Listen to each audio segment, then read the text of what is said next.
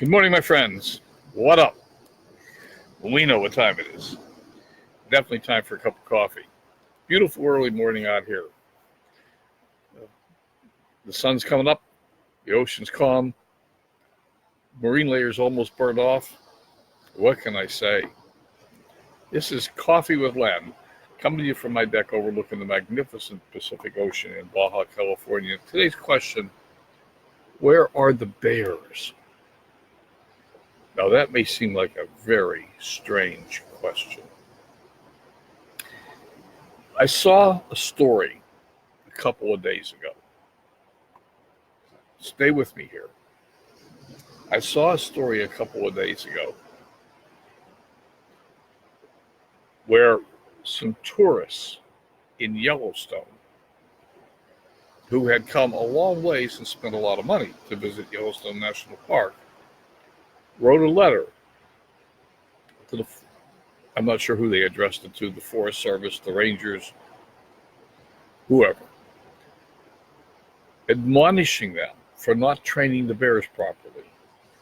Because these people had spent a lot of money and come a long ways and expected to see bears, and they didn't see any. And they felt that the Forest Service, whoever, should do a better job of teaching the bears to hang around the people where the people are so that the people could see the bears. Now think about that just a little bit. One of the things we do, let's talk about bears for a moment. One of the things we do is we work the opposite in the parks. We try to keep the bears away from the people.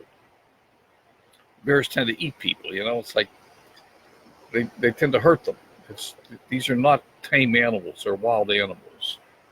But there's a much deeper, more important lesson sitting in this conversation. It's the society that expects instant gratification. It's the entitlement attitude. I don't want to get out of my chair and go look for the bears. I want to sit here in my chair with my cold beer and wait for the bears to come to me.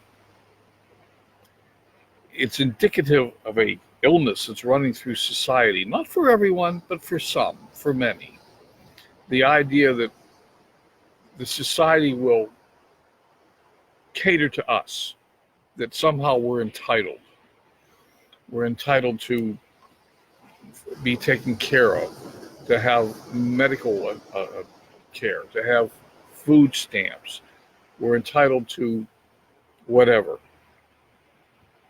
And we don't have to go out and get it for ourselves.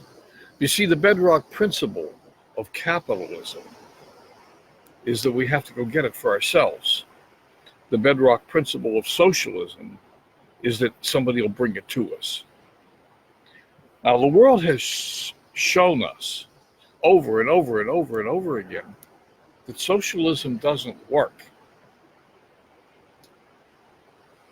It hasn't worked anywhere that it's been tried. It didn't work in Russia. It's not working in North Korea. It hasn't worked anywhere else. But capitalism does leave some people behind.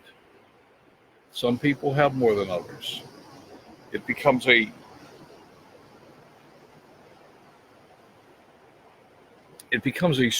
I don't know how to say this without stepping on somebody's toes, but it becomes a survival of the fittest, sort of an old Darwinian concept.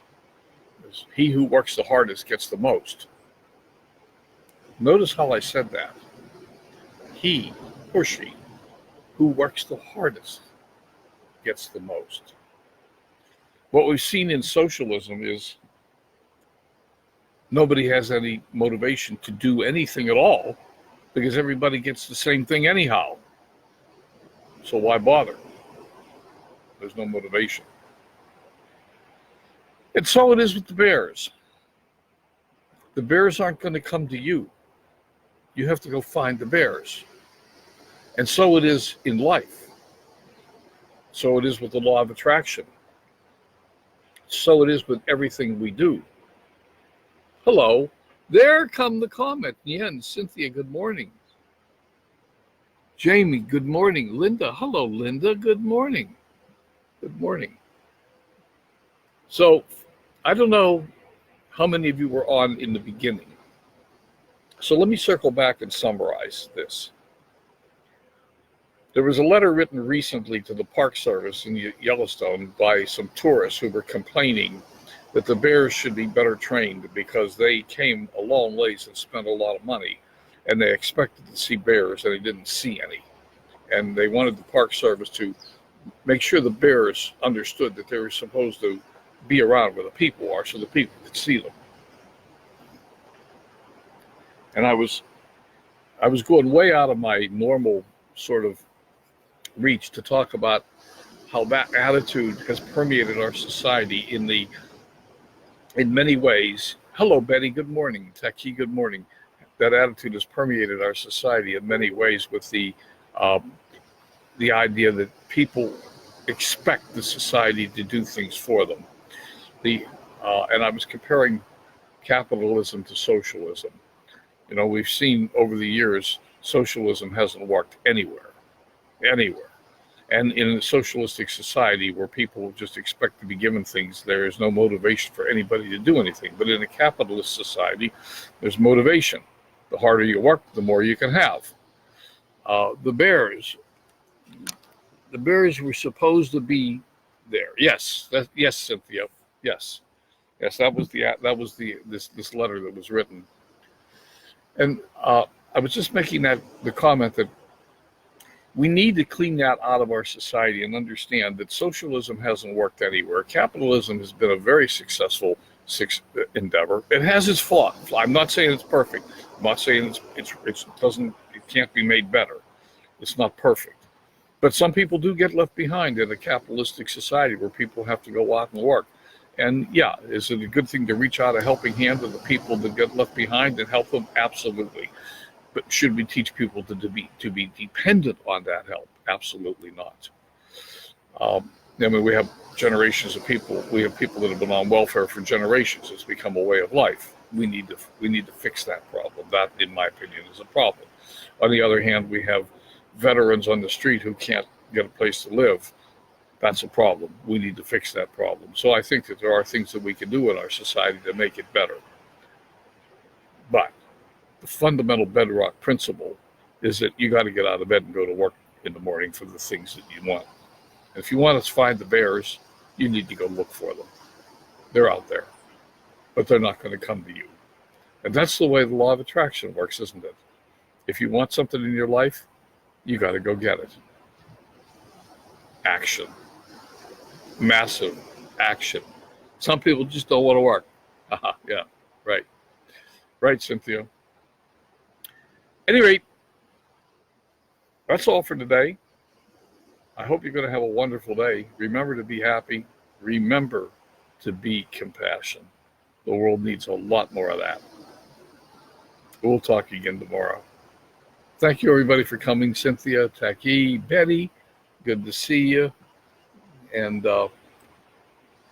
let's see, Linda, good to see you. Jamie, is it Jamie? And Tim. Okay. Hello, Tim. Good morning. And the rest of the names have scrolled off the top and I can't see them. So remember, be compassionate. We'll talk again tomorrow. And go look for them bears. They're out there. Bye for now.